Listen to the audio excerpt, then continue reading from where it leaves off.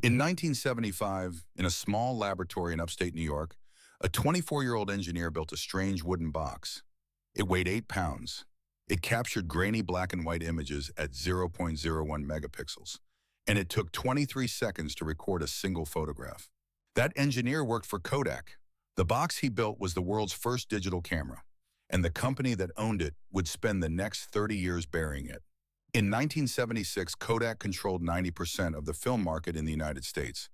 By 1996, the company was worth $30 billion and employed 145,000 people across the planet. 16 years later, Kodak filed for bankruptcy. This is the story of how the company that invented the future of photography refused to sell it. We'll cover the 23-second prototype that could have saved them, the boardroom decision that quietly killed the company from inside, the founder who walked off into the dark with one strange final sentence, and the meme stock comeback that ended in a federal investigation. It begins in 1980 in a small lab, and one terrified engineer with bad news for his bosses. Chapter 1.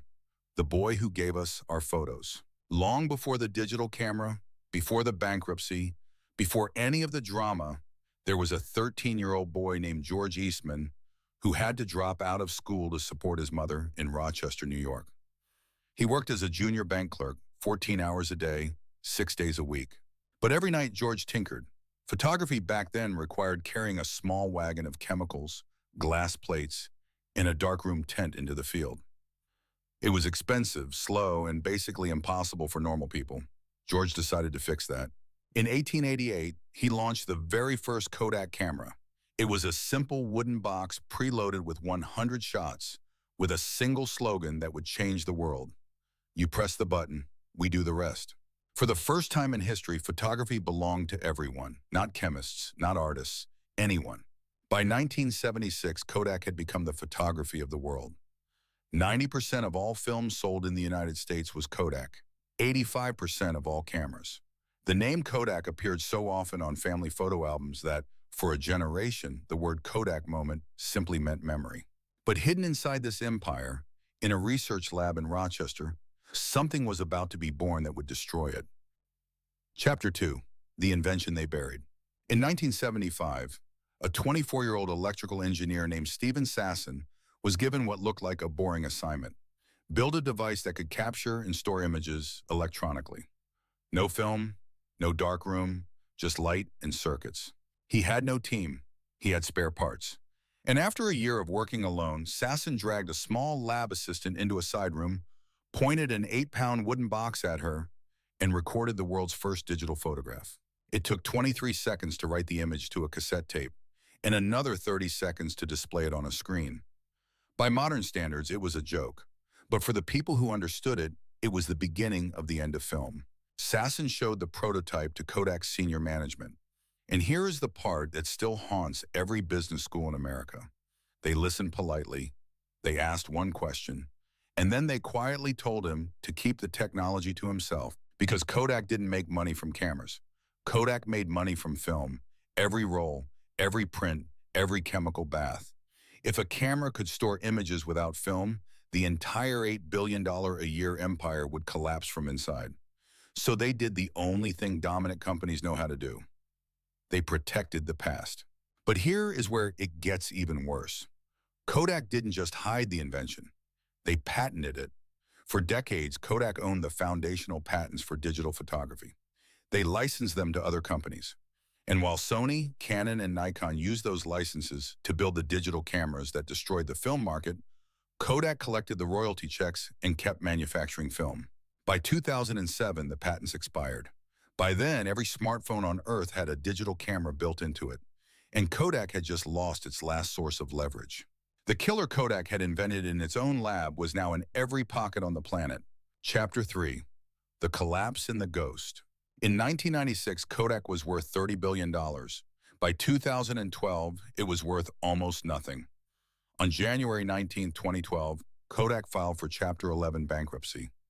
The company that had defined photography for 124 years became overnight a footnote. And here's the part most people don't know. The dark history goes back to the founder himself. George Eastman, the boy who built Kodak, became one of the richest men in America. He gave away more than $100 million to schools, hospitals, and music academies. And then in 1932, after years of declining health, he wrote a final note to his closest friends, set it on his bedroom table, and ended his own life. The note said only 7 words: "My work is done. Why wait?"